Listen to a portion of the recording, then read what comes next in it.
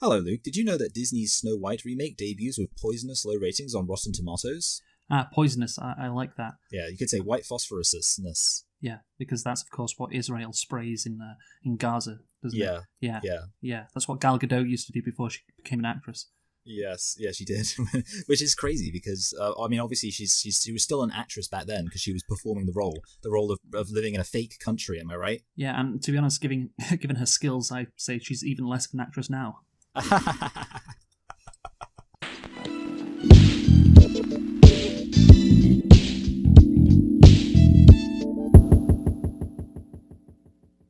Hello, and welcome to Select and Reflect, the movie review podcast. We look at films that have come out in the near and distant past. We give them a couple of watches and evaluate them beyond first impressions. I'm your host, Michael, and I'm joined, as always, by my co-host, Luke. And this week, we are not doing the Oscars anymore, though you might still think we are when you hear what film we're talking about. We are celebrating the 30-year anniversary of the release of the movie Hackers. And the interesting thing about this is, in a way, I feel that we're celebrating the, I believe, 5-year anniversary of our review of the movie The Network, because my memory is, I could be wrong about this, but I think when we selected the Network, you were like, oh, it's like a movie from the mid-90s about computers. Is that what the name of the movie is? I think it was called that. It was the one starring What's-Her-Face? Sandra Bullock. Sandra Bullock, that's it, yes. Wasn't it just The Net?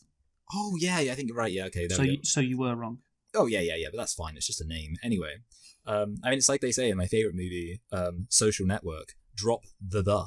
Anyway, so basically, when we were doing it, and you were like, I thought it'd be like a really kind of crazy, wacky movie because it's about like the computers in the 90s, and we watched it, and it was kind of just like, my memory is not that special, and I think I was like, having not seen the movie, I was like, I've heard that there was a movie released in the same year called Hackers, and apparently that is super wacky and zany. Yeah, so I thought The Net, starring Sandra Bullock, would be funny because it's a movie set in the mid-90s, starring Sandra Bullock.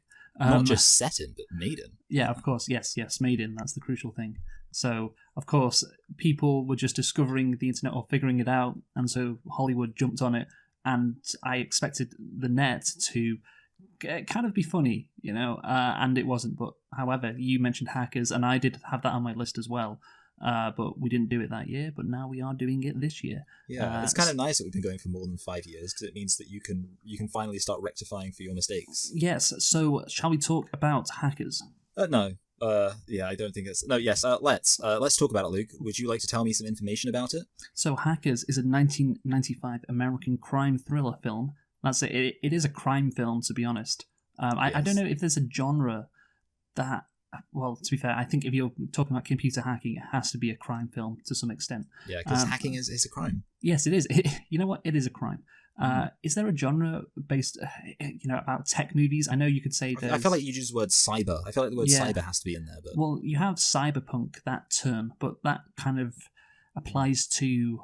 Maybe does it apply to the future? Hacking is the new punk. That's what I've always said. Well, yeah, I think you're right. Yeah, I don't know. Is fucking Blade Runner cyberpunk, or am I just retarded? I feel like isn't like cyberpunk. It's like gritty. Like that's the punk aspect. But it's gritty and it's futuristic and it's based on technology as well. That's what the genre is. And it's not steampunk. Is based on and this is not futuristic, but it is gritty and it does have a bunch of tech in it. So it has that cyberpunk aesthetic, perhaps.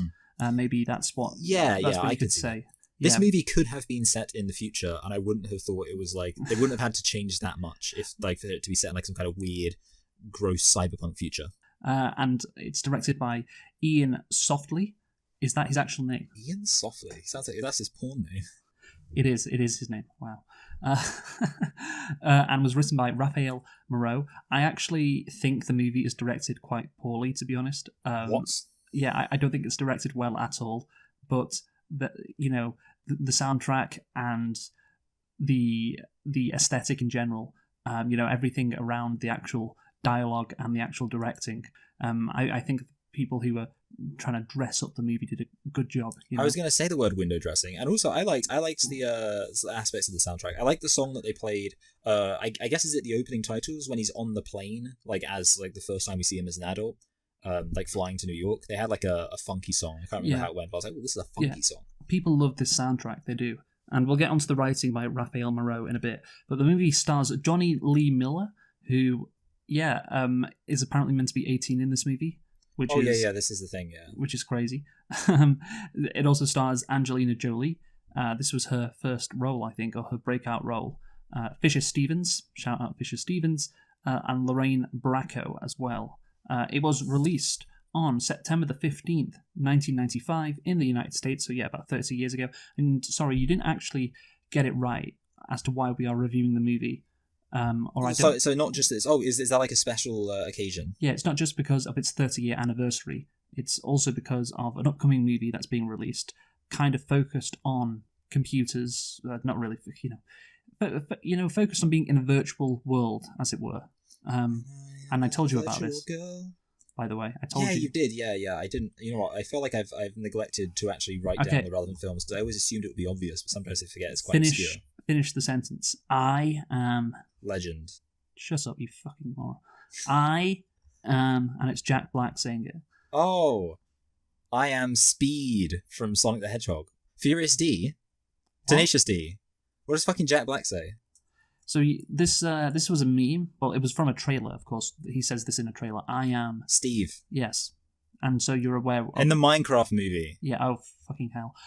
You got it. Well done. Because that's also about like blocks, like low-res technology. Yes. Yeah. So being a computer. Yeah. So you're playing. Of course, it's a game. It's a video game, but it's also a virtual world. So is it similar to hacking? No, not really. But it involves tech in some way, and you can play it on your personal computer, your PC. So there you go. Yeah. Anyway, the movie. So that's why we're also doing this movie, and we will guess what the Rotten Tomatoes score for the Minecraft movie will be. Ooh, that'll be a tough one. Yeah, at the end of the review.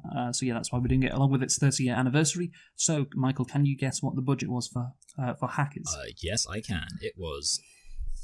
I don't know. How much did it cost them to make all those like weird computer things? I don't know. I feel like no one in this movie was super famous, but I don't think this movie was like... I don't think it cost nothing. I'm going to say 10 million.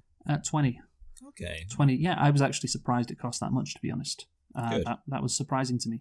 What about the box office? Okay, oh my god! I've just seen the box office total. I'm sorry. Okay, this is an example. I mean, I don't know whether or not this is because it was like, oh wow, I can't believe this movie flopped so hard. But then I feel like I don't know, maybe this movie did okay because I mean, I had heard of this movie, whereas I never heard of it. So do you know one of the characters that Johnny Lee Miller played eventually? I feel like wait, hold on a minute. So this is the main guy. Yeah. Wasn't he in Trainspotting? I know.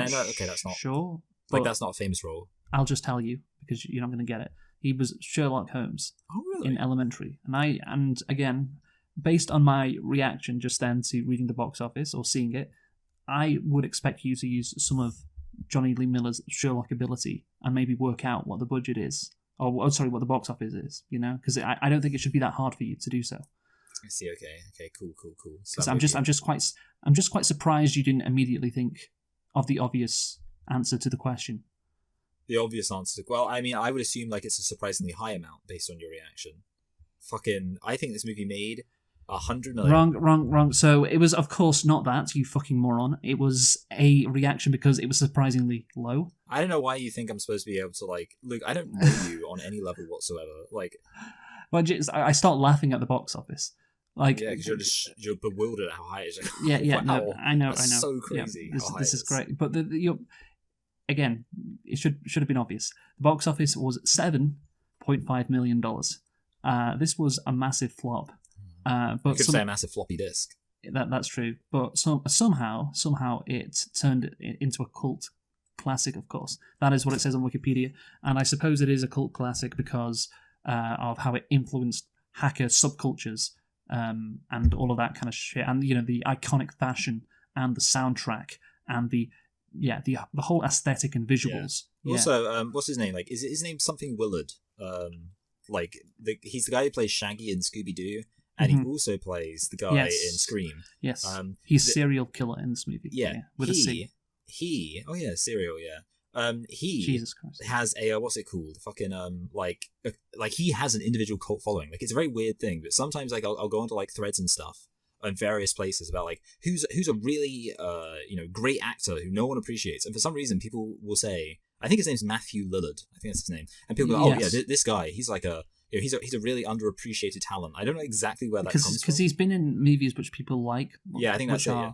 Cult classics. I mean, he was of course in Scream, the original That's Scream. a cult classic. Scooby-Doo movie, cult classic. And this as well. And actually, I think he has been in some roles where he has showcased. He's quite good. I think he has. Yeah. So Anyway. basically, I think he's going to be the next Brendan Fraser. Anyway, can you tell me whether you liked Hackers? No, I didn't. It was kind of goofy, obviously, which gave it like entertainment value. But the plot was surprisingly basic, I guess. Like, it's kind of weird because like there's loads of different. I guess we've already kind of like used the phrase like window dressing. The window dressing is very zany. It's kind of interesting how like the actual plot of the movie is quite just boring. But it is made up for by the zaniness of just like the fact that they like skateboard everywhere and they have all these weird like Matrix Revolutions parties. So like there was an entertainment value to it, but yeah, obviously I didn't like this movie. What about you? So I kind of liked it. I thought it. Yeah, I didn't hate it. It was fun, and that is, thank God it was fun. And I was expecting it going in because it is, as you say, a cult classic. People really like it because it is quite shit, but and you are right. The plot in itself, it's just quite simple. They throw a load of hacking terminology around, but essentially this guy wants to frame these like high school hackers, and he's trying to get away with it, and that's really the only thing that happens regarding the plot throughout the entire movie. I've already forgotten the name of the secret like code that he has. Is it called the Bellerophon? Oh yes, yeah. No, I thought you were going to say I've forgotten his hacker name. Isn't that like? Doesn't someone say the words Englewood at some point in this film? Yeah. Good. Okay. Good. I remember this film. This is good. Okay, but you remember the villain? His name, his alias. Oh fuck! Jesus Christ! I know. I was like, well, at least you haven't forgotten his alias, but you have. So there's no. Oh god! I feel like I'm gonna. I mean, oh god! It's how many times is it fucking? Do you have a problem? Do you need to go and see a doctor? I just blank out people's names. Like I hear people's names and it just but that's the fucking thing. It's not even his fucking name. It's an alias. It's meant to be memorable. Okay, yeah, he doesn't walk around calling himself fucking Steve. I'm kind of like trying to think like how many like I don't even think I can remember the name of the main character. Like his alias. I don't think I remember the. Well, he has two aliases. Alii. Angelina Jolie has an alias. I can't remember that one either. Jesus fucking Christ. Does one of them have like a name that's kind of like Blade? Well, one of the main character's first name is Dade. Oh wait, hold on. Isn't there like a thing? Oh god, it's like because it's like burn and crash and burn. Yes. So what's the word that goes to crash and what's the word that goes to burn? All right. Okay, so before burn. It's a word beginning with A, 4 letters. Arsburn. Arsburn. Acid burn. It's it's an acid burn. Yeah, cool. Yeah. And then before crash or after crash? It's after crash. Okay. He actually doesn't say this one that much. Okay, but I'll just tell you, it's Crash Override. Crash Override. Yeah, okay. I wish I could remember the villain's one because it's like this is fucking retarded. Honestly, like this, he says it so many times, he does. And he literally said, "Don't call me my name, call me the," and then he says it. So he insists on being called. Oh god! See now I've got an idea, and I feel like if the idea is wrong, I'm gonna look even more embarrassed. You already look embarrassed. Yeah, okay. Is it? Why have I got this? I don't think this is right. In my head, I have the Viper. Is it even close to that? No, it's not even close to the Viper. That is honestly, that's a better hacker name than what his hacker. I mean, I think his hacker name is. Well, it makes sense because he distributes viruses, I guess. So that's his whole thing. Oh, is he the Plague? Yes. The Plague. Oh, yes. Wow.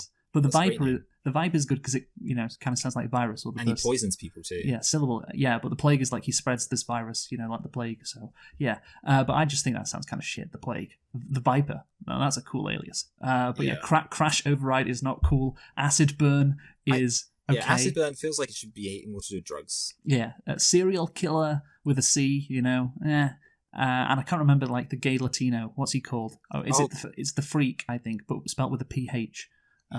Yeah, and then there's the other one. He doesn't have one. Oh yeah, that's Mr. Fucking. I can't remember. Nikon. Nikon, is it? Oh yeah, Nikon. That's goodness me. That's you're dicing with death there, really, with that name. He really wanted to trip people up. Well, no, because I'm comfortable with my pronunciation of things. Yeah. So I'm okay. And then Joey, the kid that gets arrested at the start, he does not have an alias. But back to what do we think about this movie? Yeah, obviously the Plague. It just seems so fucking dumb calling him that, but that's what makes it fun. You have the Plague, who just goes and, tries to get all this money from this oil corporation, and he gets found out, and we'll talk about how he gets, how his plan gets fucked over. And, then it's just a case of, throughout the rest of the movie, we know what happened, because he explains it to one of the other characters. This girl that he's banging. Oh yeah, this is Tony Soprano's therapist. Yeah. So I spent so long. Like, here's another thing. I was like watching. I was like, is that Carmela? Well, that's not Carmela. But speaking of prestige HBO shows, the Agent Gill, the Secret Service guy, is played by the same guy who plays Bunk in The Wire. I was going to say I thought it was a Wire guy. Well, because he's black. Yes. No, yeah. I mean, I don't know. I like to think that it wasn't based on that, but no, but it's a fun movie. And again, if you just ignore how bare the plot is, and I think because the terminology that's thrown around, it makes you think it's more complex than it is, but it's really not. And if you don't take it seriously, I think you can have a fun time. Yeah. And I think the hacking portrayal is probably unrealistic. Again, I don't know much about hacking. Well, I mean, obviously, like the weird, like everything turns into like a screensaver. Like it's like the things like flying, and like there's like mathematical formulas and stuff. Yes. But maybe you could say that's like it's kind of like poetic license, where it's like it's a representation of what they're seeing. Exactly. So you could say that, and the actual stuff they're doing maybe isn't realistic, or maybe it is realistic. I'm not sure, but certainly the visuals are not realistic. But that's what kind of makes it fun. And again, if you don't take it seriously, it is fun. I think it is engaging, and that is what you can say about this movie, which makes it better than The Net, for instance. So I think overall, if you can enjoy it, even if it is just as we say the phrase window dressing. But sometimes window dressing is okay if the movie is bad. At least it has the window dressing. Yeah. Do you think they think some of them are using apple dressing? Let's get on to the plot now, shall we? Unless we have nitpicks. How many nitpicks do you have? Oh wait, did I actually? I wrote down notes. Let's see. It was just like I can't believe that he believed the pool thing. I mean, like maybe he was like homeschooled because he got arrested. But like when they're like, there's a pool on the roof, and he's like, oh, go up there then. Well, so when Angelina Jolie said that, I was like, okay, it may be a prank or whatever, but I don't expect him to go right up there because. Yeah. Also, did he bring his swimming costume with him? Yeah. Well, because she's like, we have an Olympic-sized swimming pool on the top. I'm like, well, okay, fine. Like that's not the craziest thing ever. If I was this guy, I'd be like, oh, fine, I'll check it out sometime. That's a good point. Yeah, like he's like, it wasn't as if he like needed to investigate right away. I mean, an Olympic size. Damn. Okay, I gotta see this. 50 meters. Whew. Wow. Just like, oh, fine. He's not into swimming either. He's into the opposite of swimming, hacking. If there was something that was the opposite of swimming, it would be hacking. I think so. Swimming in the data. So my nitpick is, why does the black guy? Why does he think that Zero Cool? Well, this hacker, why does he think he was black? Because I have to say, Zero Cool sounds like the most uncool name you could give, yourself. Like it is like an 11-year-old, which he was at the time. See, black guys hack a computer like this, but white guys, they hack a computer like this.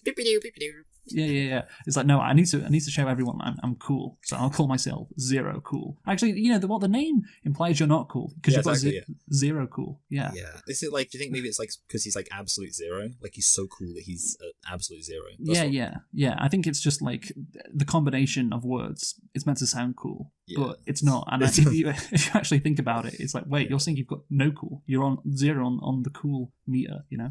I thought I wasn't that realistic. What would a black hacker call himself? Blacker? No. Black hack. Would you like to hear about the plot, Luke? So let us get into that. The film follows a group of high school hackers and their involvement in an attempted theft, along with his new friends, a teenager who was arrested by the US Secret Service and banned from using a computer for writing a computer virus, discovers a plot by a nefarious hacker, but they must use their computer skills to find the evidence while being pursued by the Secret Service and the evil computer genius behind the virus. That's pretty scary stuff, Luke. Pretty intense. The evil computer genius. Yeah. I'm sorry, like an Indian wrote that. I'm sorry. That was from one of the legal websites I use. Yeah, see, that for them, hacking, because they just scam in India. So it's they're not hacking's more advanced. Yeah. Hello, sir. Oh, I actually got an email. You'll love this, Luke. This is actually really entertaining. I got an email a few days ago, and it said the title was hello, you disgusting pervert. And it was like, I have hacked your computer and discovered your search history, and it's very, very disturbing. And I know that your friends and family wouldn't want to find out about it. So give me £50,000 to my, I think it's called like Litecoin or something, which I guess is one of these new currencies. So obviously, considering my affliction, I couldn't take a chance. But I think it was probably a scam. Yeah, just probably, yeah. Yeah. No, yeah. So if you said it in an Indian voice, that would have been funnier. I just like, sorry. Hello, pervert. Yeah, I just like the title was like, hello. It was like, hello, you disgusting pervert. I've gone onto your internet and I've seen that you have been discussing about disgraceful things in the world. I was like, Vishnu would not be happy. I will let all of your wives know about what you have done.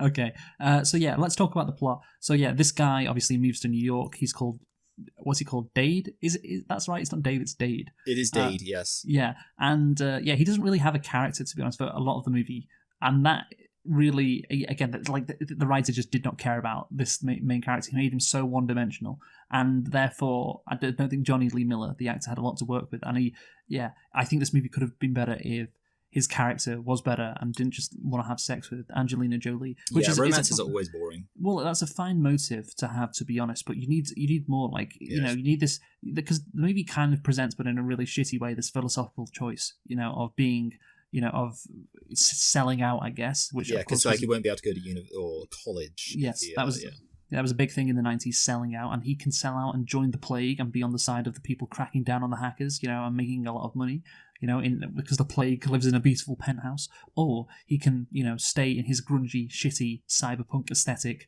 life with the hackers, just hanging out, hacking, doing all the hacking shit, and that is the choice which almost presents itself. The movie doesn't espouse it as well as it should, to be honest. Like it's like you don't really feel like you're going on a journey with this character by any means. And that would have made things better, but the movie just isn't really interested in that. Also, all of these hackers, of course, go to one school in New York, and they all know each other. It's like it must be that same school like Peter Parker goes to in what's it called, the animated ones. Just like the Genius School. Oh, you want the name of the actual school? Oh, I can't remember. Oh, I don't know the name of the school. Yeah. But no, I get your point. Nerd School. Yeah, and but essentially, it is a crime movie. That's, again, if you strip away the parts, or strip away, all the colourful stuff, all the visuals, then okay, it's not that exciting. And that's why if you had a better central character, it would have been better, maybe a better plot. But I can understand not wanting the plot to be that complicated and just, especially because like hacking's already like, it would be kind of difficult to have an intricate plot about, like, we're in a movie about hacking, so I'd be like, I have no idea what this is about already. I think that's why the plague had to have this accomplice that this girl he was banging, because he didn't know anything about computers. Yeah, so he could just explain what's going on to her, so the audience would know.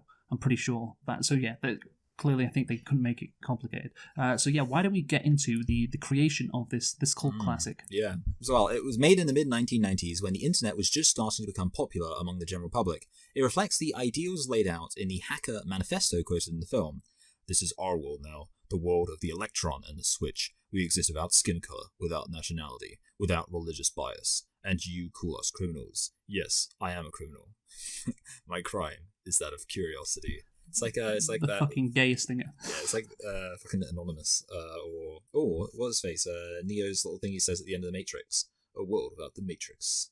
But the thing is, as you kind of already suggested, the movie doesn't really have like some kind of deep point to it. It kind of, around the edges, it kind of does. Cause... Yeah. I was gonna say, like, there are moments where like you see them specifically. I mean, like hacktivists. That's the expression. And there is a moment where like they're in the club or whatever, and a guy saying like, "Oh, you need to like hack with a purpose, basically. Like, if you're gonna hack someone, it needs to be to achieve some greater good." Yeah. So you have this rebellious aesthetic. This we're taking down the system, man. We're anti corporate. We're not selling out. You have this kind of attitude, this philosophy, I guess, among these hackers.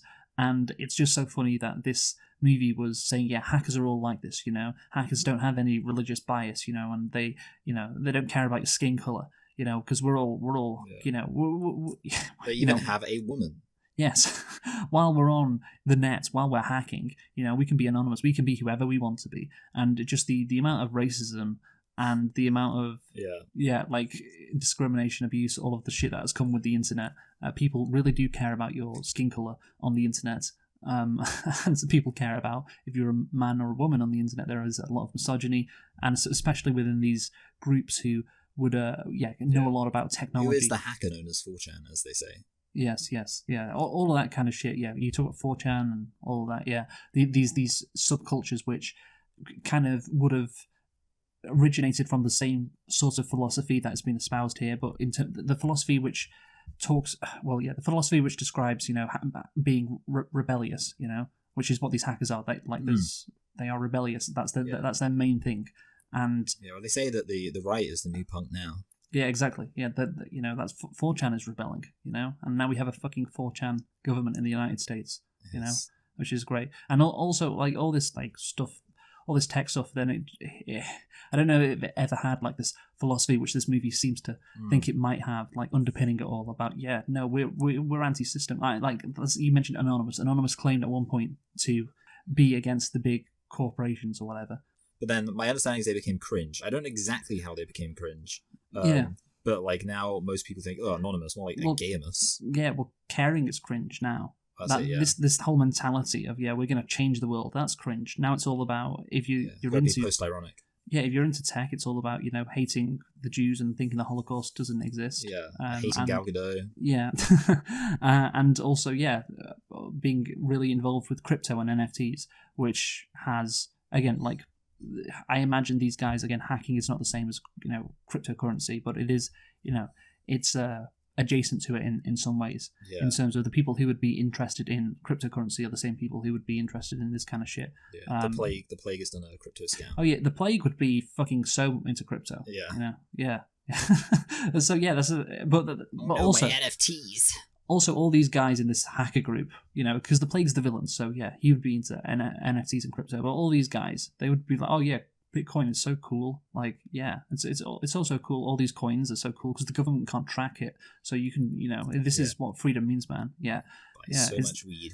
Yeah, exactly. Yeah. So all of that shit, basically, all the point I'm making is all of the philosophical underpinnings of the movie, which are kind of limited. But if you look into it, you can say it is kind of there, especially in the speech which is given, of course. That's when the philosophy is laid out, even though it is not by one of the characters. All of that has just gone away and been turned into like just grifting and crypto and racism, and it's that world which these hackers apparently in the mid-90s thought they were going to create never materialized, unsurprisingly. The screenplay, written by Raphael Moreau, is highly inspired by the hacker and cyberpunk subcultures. He saw the film as more than just about computer hacking, but something much larger. In fact, to call hackers a counterculture makes it sound like they're a transitory thing. I think they're the next step in human evolution. Wow, that's really advancing even more on this idea of the theme things. Yes, well, so obviously that wasn't the case. It wasn't. It was this counterculture. That's a good way to put it. But it was not the next step in human evolution, because hacking, to be honest, did become. It's still a niche thing, 20 years later. And I think nowadays, again, like it's still the hacking itself is still niche. Like, I feel like if everyone's a hacker, then no one is. Yeah, but that's the thing. Not everyone is a hacker. It's still niche, and it has the advantage of using technology, to free yourself from like governments and shit. Again, what has that turned into? It's turned into like Bitcoin and cryptocurrency, and all of that kind of stuff, and NFTs. So it's not the next step in human evolution. If anything, it's led to human devolution. Whoa! Yeah, that's quite the burn there, Luke. I went there for research. Moreau went to a meeting organised by the New York-based hacker magazine 2600, or 2600 if you prefer, the Hacker Quarterly. There he met Fiber Optic, aka, and I know that doesn't sound very funny, but it's a fiber with a PH and optic with a K, which is how you know he's a hacker, aka Mark Abene, a 22-year-old hacker who spent most of 1994 in prison on hacking charges. Moreau also hung out with other young hackers being harassed by the government and began to figure out how it would translate into a film. One guy was talking about how he'd done some really interesting stuff with a laptop and payphones, and that cracked it for me because it made it cinematic. Moreau named the films Ellingson Mineral Corporation for his father-in-law, Shay Ellingson, who had brought Moreau his first computer. I said his name as if he was like a restaurant. I assume his name's probably actually Chet. Yeah, so again, you can see this, counterculture, anti-system thing with, my father-in-law is called Ellingson. I mean, I guess Ellingson aren't the bad guys in the movie, but you know what I mean. Yeah, Like everyone hates their father-in-law. they're the big oil company, which, to be honest, they are the bad guys, really. Yeah. But the movie doesn't get that political, which again is, I think the whole thing regarding this subculture, it's like it's kind of political. We hate the system, but it's not actually properly political. And let's go after the oil companies. I guess, yeah. Well, I mean, are we going to mention? We're probably going to mention the America First show, right? Are we? Oh yeah, go for it. You mention it now. Yeah. Okay. Yeah. Why not? So basically, I mean, I just thought it was really fun that he there's this guy who's running a show and he's like, I've had it with the immigrants coming in here and destroying this country, and like his show is called America First, and the guy hacks it and takes it off the air. So take that, Trump. There you go. Yeah, this movie would have won Best Picture if it were released today. Yeah, the one bit of actual political conviction in the movie. Yeah, no, I like that. But yeah, so again, it's interesting the research that he did. And yeah, I guess, these young hackers being harassed by the government is inherently interesting, but I don't really think, hacking something with a laptop and the payphones would be that cinematic, to be honest. It's not really great to watch in the movie, which is, of course, the issue with hacking in general. It's not that cinematic. I feel like they could do it like, Now You See Me, or whatever it was, that magician thing. I felt like they could maybe do something like that, but computer wizardry. Okay, I didn't really know how that would work at all. Thank you. Yeah, but yeah, Now You See Me is the same fucking problem. It's like, oh yeah, these magicians run the world. It's like, shut the fuck up. Yeah, that's such a fun movie. Oh god, yeah, but yeah. I can't wait until we review that movie. I guess if you don't take it seriously, it's fine. But yeah, this is the same thing. If you don't take it seriously, it's fine. But this guy sounds like he wanted to take it kind of seriously, but thankfully he was just the writer. And I guess the director the actual directing, the actual camera work isn't good, but maybe all the bits, the sound, the music, and that's what makes it entertaining. And yeah, not just these hackers have been harassed by the government. Let's make it so cinematic now. That doesn't really work that well if you just rely on that. So yeah, let's get onto the script now. Yes. On August 10th, 1988, 11-year-old Dade Zero Cool Murphy is barred from owning or operating computers and touch-tone telephones until his 18th birthday, after his family is fined US $45,000. You don't need to say the US bit, by the way. After his family is fined $45,000, equivalent to $120,000 in 2024, for his crashing of 1,507 computer systems, causing a 7-point drop in the New York Stock Exchange. Was this Black Monday? Yeah. Is this what this movie is implying? I don't know when Black Monday was, but obviously in The Wolf of Wall Street, I remember you had this Black Monday. I thought that was in the early 90s. Oh, no, you know what? It was 1987. That's so interesting. Yeah, of course I'm right and you're wrong. Yeah. Well, you're still, obviously... But was it on the 10th of August? Was Black Monday on the 10th of August? Because if it was... No, October 19th. Damn it. That would be so fun if this movie was in blank. He caused Black Monday. Yeah, I wonder how much it crashed by. Yeah. But yeah, I just love, he's not allowed access to touch-tone telephones. I don't know... Of course, I don't know about, telephones in the late 80s, whether they, you could do anything with them. I would think not, to be honest, but apparently you could. So By the way, on a Black Monday, the stock market dropped 22.6%. So this was nothing. That's a lot more than 7. So yeah, let's move on. Yeah, so 7, which is much less than 26 years later, on his 18th birthday, Dade's barring is lifted and he hacks into a local TV station. Another hacker, handle Acid Burn, counters Dade's attack. Dade identifies himself as Crash Override. Dade is eventually kicked out of the TV station by Acid Burn. Yeah, I love how, they're jousting and everything, and the music in the background. It's so cool. It's just like, you're in for a great movie. I enjoyed it, at least. You didn't enjoy it that much. I think it was fun. They're kind of knocking against each other. But having said that, that was the moment where he was shutting down the America First show, right? So if anything, that makes Angelina Jolie look like she might be a racist. I'm just saying, when did she decide to confront him? Don't you touch my precious racism.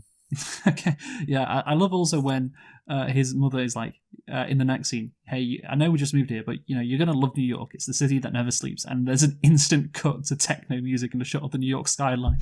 Oh god, the net would never do that. Is it so bad it's good, or is it just entertainingly bad, or is it just entertaining? I don't know, but I'm enjoying it nonetheless. Yeah. I mean, she's a bit of a hypocrite because she's annoyed at him for staying up, but then she's like, oh, so if anything, she should take him, to Iowa. especially since there's probably fewer hackers there. Good point. Dade starts his first day at his hip, cool, multi-ethnic New York high school and meets Kate Libby, played by Angelina Jolie. Now, Luke, I'm going to say something, and I think you'll probably agree. I don't think that they made Angelina Jolie as attractive as she could be, because her hair is bad. It would make sense if she had long hair, because that's not the cyberpunk aesthetic. Yeah, I know. Yeah, she needs to look like a lesbian. Yeah. So is this like Angelina Jolie's like first big role? Yeah, I think so. Yeah, Oh, wow. yeah, Crazy. yeah. Like her breakout, I guess. And yeah, obviously it's just fun to have her be a hacker, and also the first day he gets to New York and he's hacking, and he comes across this hacker, Acid Burn, and this hacker is the same girl that he then starts hanging out with, and they don't know until much later on in the movie. Just I don't know, it's nitpick worthy. It's just how ridiculous this movie is. It just occurred to me, Angelina Jolie, like the other big thing she did was Tomb Raider. So like if you were a nerd around like the year 2000, or like let's say from 1995 to like early 2000s, you must have just been like, Angelina Jolie must have been your number one woman. Well, to be fair, she is, on her own, pretty attractive. It's not like, Oh yeah, it's not like she needed to. Yes, that is true. She didn't. Anyway, at school, Dade becomes part of a group of 5 hackers after one of them just happens to sit behind him and see him hacking into the school system, despite the school being composed of hundreds of students. These really cool hackers are Ramon, the Phantom Freak, Sanchez, Emmanuel, serial killer, Goldstein, Oy vey. Paul, Lord Nikon. Whoa, what did you say? There we go. Named for his photographic memory, that's why he's called it a Nikon. Is it a Nikon? I actually thought it was a Nikon. No, I think it's Nikon, yeah. Okay, yeah. Joey Pardella, he doesn't have a novice hacker without an alias. Wait, what did you just call him? Pardella? No, what was the word you said before hacker? I said novice. What, that's not how it's pronounced. Oh, like novice. Yeah, I know. What the fuck is wrong with you? Sometimes I like to mispronounce. Have I ever told you that I say the word rhetoric? Like, I just do that. Instead of rhetoric. Yeah. Okay. And Kate, Acid Burn Libby, the hacker who kicked Dade out of the TV station earlier. Yes, I mean, so obviously this Wikipedia summary kind of points it out themselves. It's very contrived that all these people happen to be together. I mean, it would make more sense for a variety of reasons, frankly, if they weren't at high school. One, that would make them look the appropriate age. Well, no, but two, it could be like a computer like course or whatever. Yeah, Lord Nikon is not in high school, but the rest are. Oh yeah. But yeah, so maybe if one of them wasn't as well, maybe if 2 of them weren't, that would maybe make more sense. Maybe this high school has a really good computer course, so all the hackers just want to go there. So, but that is not implied. I don't know if that would be possible. But yeah, I just love all these hacker names, them all hanging out together in this, I don't know what it is, it's like this fucking arcade, but it's not, and you can roller skate down like this slide, like, this bar. Yes, I do know what you're talking about, yeah, and it is really strange. Yeah, I just want to imagine the producers and the execs, greenlighting this at MGM, old historic, movie studio, and them having to, or be pitched hackers or have a look at, hackers and give their suggestions, their notes on how to make hacking this thing that, they know nothing about. Like, what is this? Like a hacking disco? Yeah. Like, what is it? Like, and apparently it's, underground, it's cool, edgy, and we haven't really mentioned it. We've talked about, like, the hacking subculture, and I'm sure this does exist, and I'm sure hackers aspire to this culture, the culture that is portrayed in this movie. But I think the reality of hacking is, they just live at their computers a lot, and they don't really go.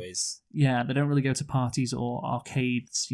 Like they just live at their desks and do hacking for hours and hours, and don't really go out of their room. And that is the reality. Like so, well, instead of the world which is portrayed here, which is again, it's it is fun, and the aesthetic is cool and interesting, and they act like, well, the aesthetic is like skateboarders too much. So that's what I thought. Like it's like, well, I mean, obviously they roller skate, and then the bad guy skateboards. Yeah, and I think maybe hackers would like to think they're similar to like skateboarders, but they're not. That's just my opinion. I would say so. I can imagine them liking this movie because they want to aspire to this. They're like, oh yeah, I want to be like these guys in this movie. I want to hang out at this arcade and go to parties and like hack and do all this cool shit. And be a real cyberpunk. But I don't think that's the reality. But I guess it's just fun to see the movie portray things like this, and of course the fact that it's in the mid-90s, and you've got all the you know, these kids trying to be cool, you know, with their 90s slang and shit, and, you know, the way they dress and everything. That was and I know, totally bodacious. Yeah, and I know it's tainted, of course, by the cyberpunk aesthetic, but yeah, it's just very fun as well. It's very fun. Yeah, absolutely. I think I guess that's why they have to be like high schoolers, so they seem more hip. Although again, it kind of makes less sense that they're going to like a club, because I guess that like makes this club even more absurd, because it's like a arcade hacking club for 15-year-olds. Yeah, it's not a club, really, is it? No, yeah, I guess it's just I guess it isn't. I mean, you know, it seems fun. I wish we still had arcades.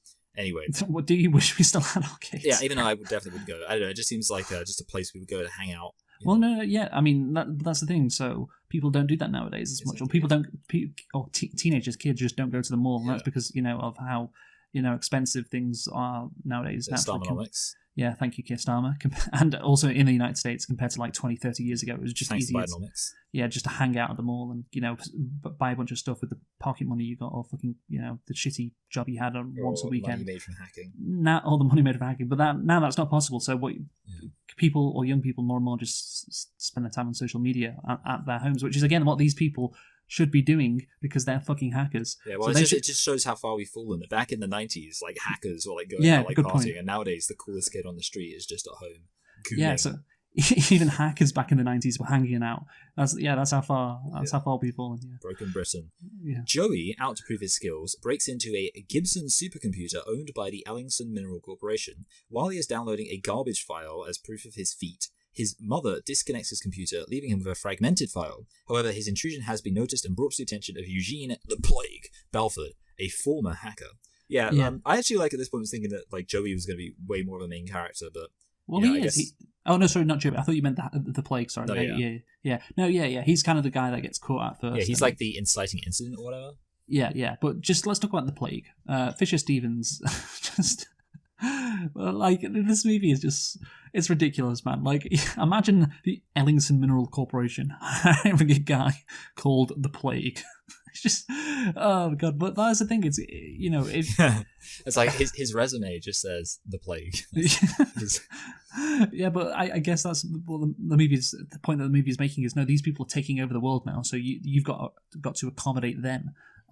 Yeah. Next up, running their own country. You've got to get the CEO, you know, and all these people, you know, like who spent years, you know, in business or gone to like Harvard business school or Yale or Princeton. You got to get them in a board meeting and calling this fucking guy the Plague, and they've got to do that. And that's just how the world is nowadays, apparently, or where the world was going. Yeah. But yeah, just have like George. I guess it would be like Bill Clinton. Like, yes, Mr. Plague. Just when you think the movie has gone far enough, in comes the Plague. I love it. I just couldn't believe it when this character walked in. This guy, there's something about him. Like, he seems like I don't know, like he seems very like goofy as a character. For some reason, he reminds me, and I feel like you won't have this as a frame of reference, but he reminds me of the bad guy, who's like kind of like a secondary antagonist in the fourth Resident Evil movie, Resident Evil Afterlife. We're getting into the plot now. Yes. Plague realizes the garbage file being downloaded is a worm he himself inserted to defraud Ellingson, claiming the file is the code of the Da Vinci computer virus that will capsize the company's oil tanker fleet, and pretending the hackers are to blame, he enlists the US Secret Service to recover the file. In fact, Plague had inserted the Da Vinci virus as a red herring to cover for his worm. So it's like an inside operation. Yeah, so he can investigate Joey's computer now, so he can get the file and cover his tracks. That's why he inserted the Da Vinci code. So I think that's actually quite smart. I feel like there's like another. You know what I'm thinking of? I'm thinking of when Cecil in Simpsons, like embezzles the money for the dam and then blows it up so that no one will know that he embezzled the money. Is that similar? Yeah, I guess so. Good. Yeah, but yeah, what are the odds though? Okay, so that, you know, I think that's quite smart in terms of like that makes sense, and I think the terminology used, like the worm, for instance, and a garbage file. I assume that is stuff that is actually used. Yeah. Because I was a bit confused by like the fact they were talking about like a garbage file. Like, what's a garbage file? Is it just a file for where they like the trash bin? Or yeah, I think so. Yeah. And it's just like, oh, this worthless thing, and he's downloading just so we can prove a point, but he's not actually doing any damage. Yeah, and I kind of like, I guess like the like the clever thing there is it's like, well, it also makes sense that would be where this guy would put like his secret because I'll put it in a place where no one thinks to look. Meanwhile, this guy's like, I'll download something no one would care about. Yeah, exactly. Yeah, it is. I don't know what the odds are that the garbage file is the very same one that the Plague, inserted himself. But as you say, it kind of does make sense. Yeah, I mean, it also makes sense because it's like a big corporation, so it makes sense that they would both target a big corporation. Yeah, yeah. Oh, yeah. That makes sense. That Yeah. absolutely makes sense. Yeah, yeah, yeah. I'm just like, oh, I'm going to download this file. Oh, it's the one with the virus in it. So, but I guess it does make sense. Yeah, because that's where you'd hide it if you weren't trying to get caught. So yeah, and then he inserts this Da Vinci virus. So he's like, oh yeah, no, I gotta get this. I gotta get the file. Because otherwise, because the file has the code. Yeah, So pretty good, yeah. pretty good excuse actually. Yeah, yeah. And yeah, but the issue, of course, he's explaining all this to his accomplice. I just call her the girl he's banging. I don't know her name. I don't think the movie ever says her name, to be honest. But yeah, there are so many lines in this scene, when they're going down the elevator, where, the plague is explaining everything, and it's just all ADR'd. Like, it's just so clearly ADR'd. And this is what I was talking about with the bad directing. Yeah, it's like you can tell there's kind of like a cheapness to it. Yeah. That was really bad in that scene. But yeah, let's move on.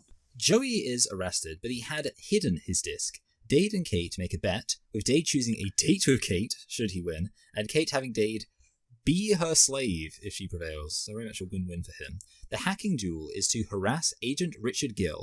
After various hacks, including creating a personal ad in Gill's name and fabricating a criminal record, the duel remains a tie. So this is like maybe my favorite moment.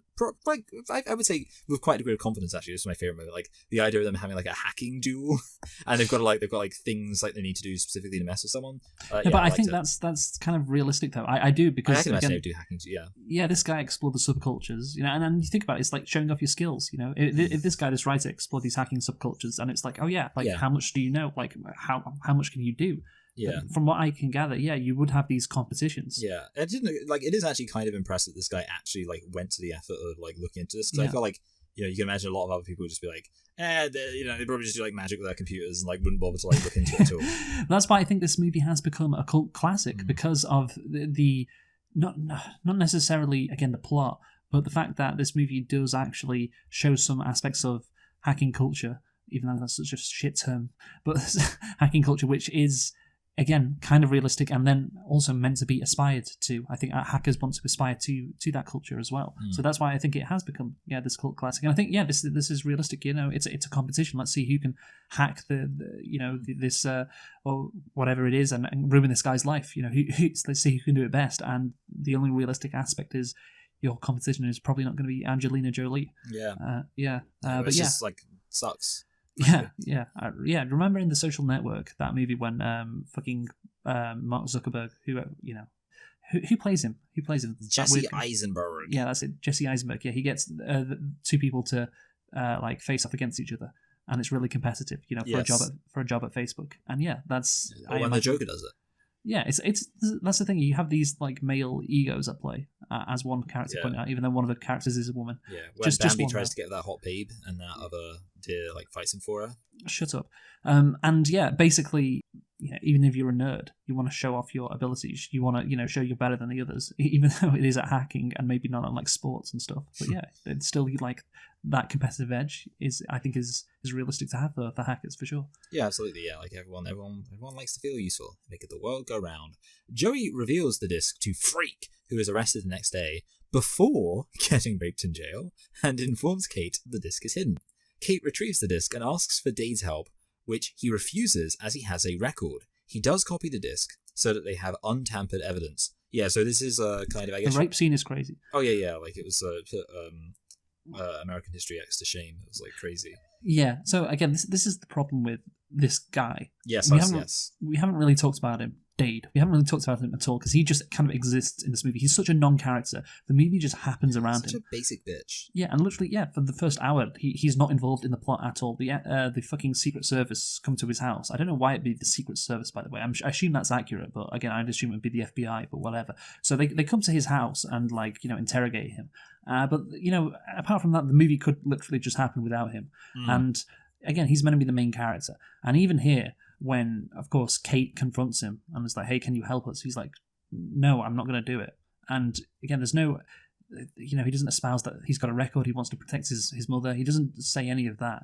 He's just like, no, I won't do it. And it's just, the writers and the director, this movie tried to make this main character as just boring as possible, which is so shit, because otherwise it could have been like a somewhat decent movie of the main character had some depth to him, but he just clearly does not. It's one of the in terms of having a main character in a movie, it's one of the like least impactful main characters you've ever seen, to be honest. Yeah.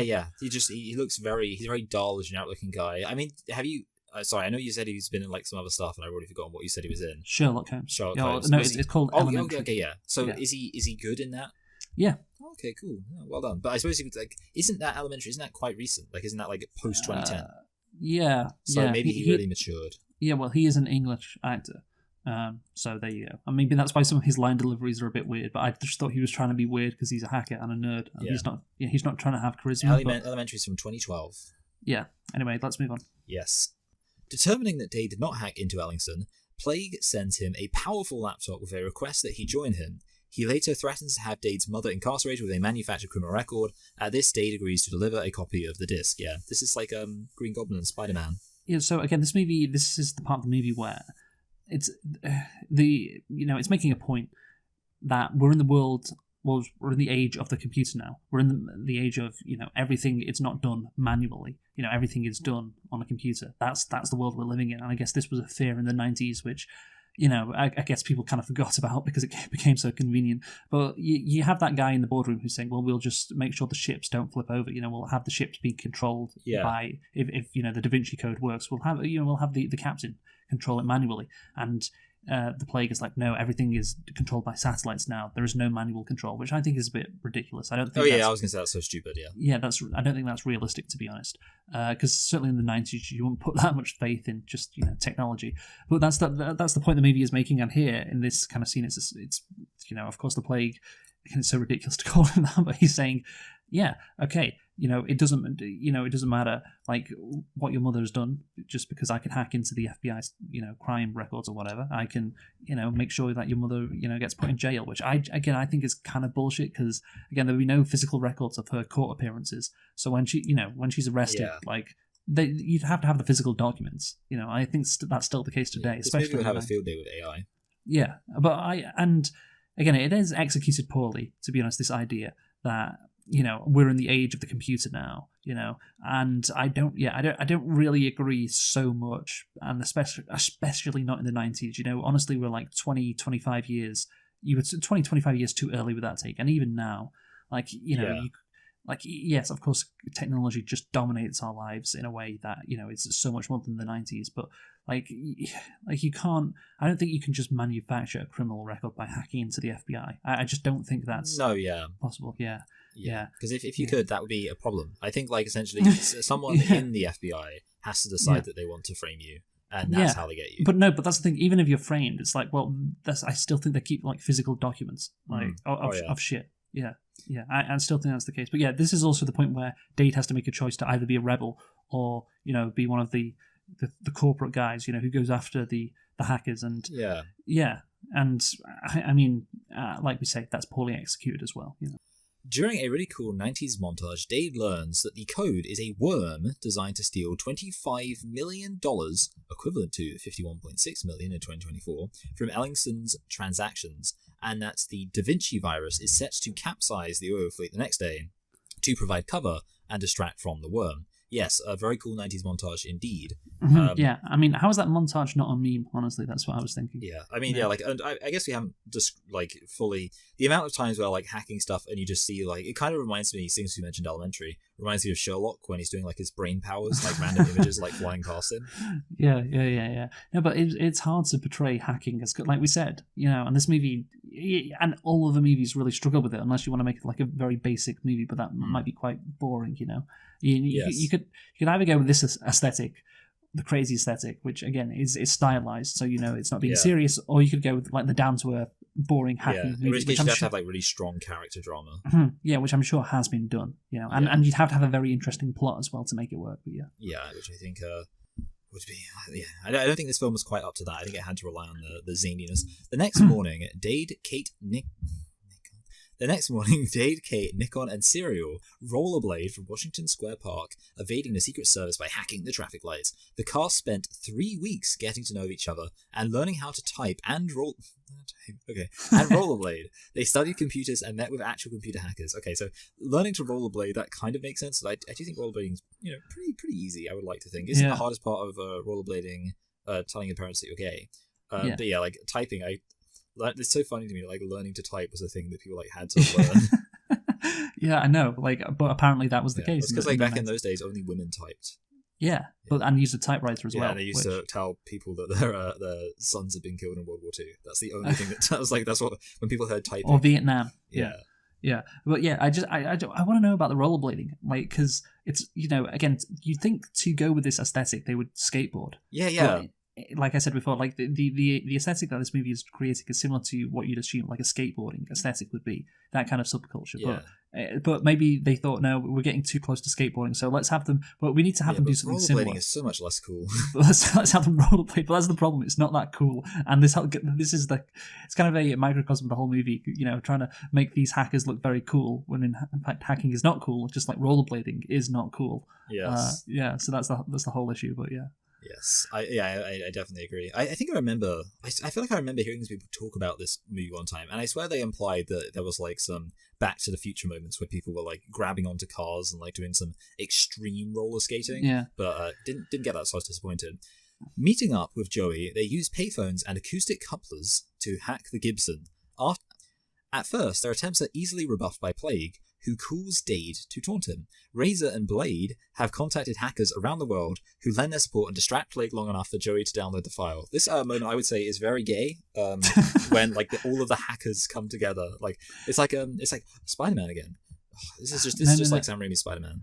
Hackers of the world unite. Yeah, you mess with one of us. Avengers assemble. Oh wow, beautiful. Yeah. So yeah, you have Blade and you have Dade. Yeah, and yeah, Razor and Blade are the two gay Asians that run that hacking TV show. Yeah, which I apparently people are gay in this movie. There's the gay Hispanic.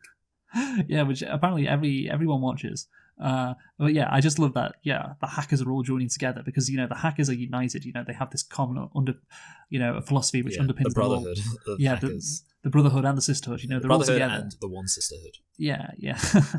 But of course, as I said before, that all turned out to be ridiculous and bullshit. And yeah, it is kind of cringe as well in this movie too. Yes, yeah. I would absolutely agree. Cringe indeedy. After crashing the Gibson, Dade and company are arrested. Dade cryptically informs serial killer that he's tossed the disc in a trash can. As Dade and Kate are being interrogated, Razor and Blade jam television signals and broadcast live video of serial killer revealing the plot and Plague's complicity. Plague is arrested while attempting to flee to Japan. Their names cleared, Dade and Kate begin a relationship. Okay. What happened to Kate's boyfriend, by the way? He just... Okay, he has one line where he's like, ooh, hacking, that's kind of... Like, then he's gone. Yeah, it's so weird, because he also doesn't look like a cool guy in the first place. Because he's dyed his hair, like, red. Was that cool in the 90s? Because I feel like when I was growing up, a boy who, like, dyed his hair, like, bright red would be considered one of, like, the weirdo kids. Anyway, I wanted to say about Serial Killer. First of all, it's very cool that this actor was also in, fucking Scream, which is about serial killer, and he's a serial killer here. I will say, like, I like his energy when he's, like, revealing the big thing. I think he's very good at acting like a kind of crazy person who's, you know, like having a manic episode, and that's definitely the energy he brings to this big reveal, which makes the reveal more exciting. Yeah, I just think that's good. His delivery is good, but it's all wrapped up very cleanly with this broadcast, and the FBI or the Secret Service just believe everything that he says, and because they think he's like a criminal who's just trying to steal $20 million. But let's believe everything he says after he's just hacked the broadcast, you know. But yeah, I suppose the fact that this fucking guy was flying on a plane to Japan. Yeah, because they didn't provide any like hard concrete evidence, did they? He just said they said there was this account number or whatever in the Bahamas. So yeah, maybe they could have, but they wouldn't have figured it out right then and believed it. But maybe the fact that this guy, you know, eventually, what would have happened is probably because, you know, the evidence was there. Probably they would have been proved innocent, and this Plague guy would have been caught, but not before he went to Japan. But also going to Japan would have proved his guilt. Yeah. So whatever. Did you say that anyone who is going to Japan is probably guilty of something? No, never. Right. Let's conclude. Yes. So yeah, it was a fun movie. And yeah, that's the best I can say about it. Again, the soundtrack was fun. The visuals were fun. It was stylized and fun. But the actual philosophy that this movie tries to espouse regarding hackers, I disagree with. And yeah, I don't think the plot was good. I don't think the main character had a good journey. He was just like a nothing character. So yeah, overall, I had an entertaining time watching it despite all these issues, and again, just the general cringiness and just looking back at what people thought about tech in the 90s. So yeah, I think I'm going to give this one a 5.5 out of 10, which is a bit better than I gave The Net, which was a 4.5. Yeah, okay, yeah, that makes sense. Yeah, so for me, pretty much very similar thoughts in that, like, yeah, obviously the plot isn't that interesting, and I think especially the lack of interest with the characters doesn't help. Kind of towards the end of the film, I was like taking in things that were happening, but I was sort of checked out in terms of, I was like, I don't really, like, I'm not like on the edge of my seat about what's going to happen.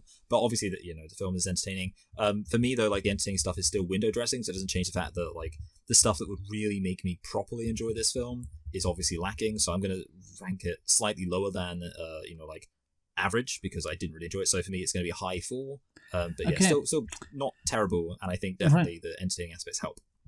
So let us predict what we are going to, give the the Minecraft movie what we think it's going to get on Rotten Tomatoes. Can I check what the Super Mario movie's got? No, Okay, no, fine. because we're doing it quickly, and right. it's not really related at all. Anyway, so you got a number? Yeah. Okay. It's quite a round number, so I hope we don't go for the same one. Okay. 3, 2, 1. 75. 63. Okay. Oh wow. Okay. So you think it's going to do quite well then? Yeah. I mean, like, it's going to be either or. Like, we'll see. I it could be very bad, and you could be right, but yeah. Like, I'm not saying like with any confidence. 75 would be quite impressive. Again, I think it's going to get 63. So yeah, okay, that's interesting. So yeah, what are we doing next time, Michael? Actually, I'll tell you, we are doing The Breakfast Club because of its 40-year anniversary, but you'll have to wait like 3 weeks for that. So join us then for The Breakfast Club. Who have you been, Michael? I've been Michael. I've been Luke. Thanks for listening, and goodbye. Goodbye.